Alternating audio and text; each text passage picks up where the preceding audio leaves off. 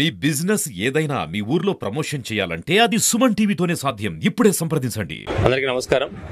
ఈ రాయచోటి పట్టణంలో ఈ రద్దీ దృష్ట్యా మనం ట్రాఫిక్లో ప్రజలకు విన్నవించేది ఏమంటే, ఈ ఫుట్పాత్లపై మీ యొక్క వ్యాపార సామాగ్రి కానీ మీ యొక్క వస్తు సామాగ్రి అన్నీ కూడా ఫుట్పాత్లపై పెట్టి ప్రజలకు ఆటంకం కలిగించవద్దు దయచేసి.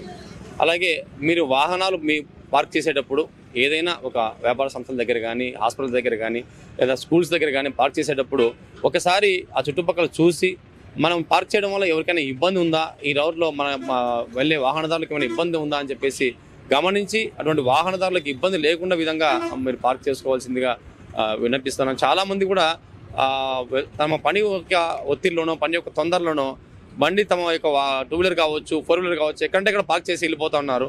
దానివల్ల వెనకాల వచ్చే వాహనాలకి, ప్రయాణికులకి చాలా ఇబ్బందికరంగా ఉంటుంది. పైగా మీరు చూసిన విషయమే, మన రాయచోటిలో ఉన్న ఈ విస్తీర్ణం దృష్ట్యా, ఇక్కడ ఉన్న రోడ్లు విస్తీర్ణం దృష్ట్యా దీనికి ప్రజలకు యొక్క వాహనాల సంఖ్యకు ఉన్న రేషియో అబ్నార్మల్గా ఉంది. సో ప్రతి ఒక్క వాహనదారుడు, ప్రతి ఒక్క పౌరుడు కూడా బాధ్యతతో మెలిగితేనప్పుడు మాత్రమే మిగతా వాహనదారులకు ఇబ్బంది లేకుండా ఈ వాహన రాకపోకలు జరుగుతాయి.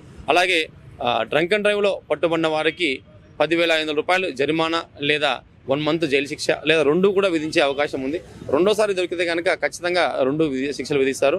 సో ఈ విధంగా సోఫార్ మనము గత 3 నెలల్లో 125 డ్రంక్ అండ్ డ్రైవ్ కేసులు నమోదు చేయడం జరిగింది. ఇందులో 100 కేసుల్లో ప్రతి కేసులోనూ 10,500 రూపాయలు ఫైన్ కట్టించడం జరిగింది. 12 కేసుల్లో 1 మంత్ జైలు శిక్ష విధించడం జరిగింది.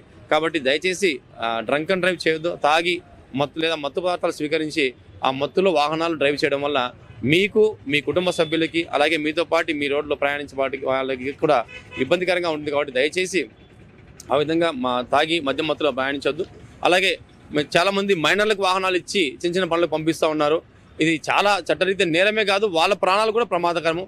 పిల్లలు తెలిసి తెలియని వయసులో వాహనాలు నడపడం వల్ల వారి వల్ల ఇతరులకు కానీ లేదా ఇతరులు వారికి కానీ ప్రమాదం జరిగే అవకాశం ఉంది. కాబట్టి దయచేసి మైనర్లకు వాహనాలు ఇచ్చి రోడ్లపైకి పంపవద్దు.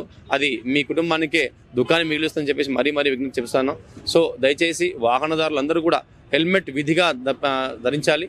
హెల్మెట్ ధరిస్తూ మీ సురక్షితంగా ప్రయాణిస్తూ మీ తోటి ప్రయాణికులకు సురక్షితంగా ఉంచేలా మీరు చర్యలు తీసుకుంటారని చెప్పేసి విజ్ఞప్తి చేస్తున్నాం. Thank you.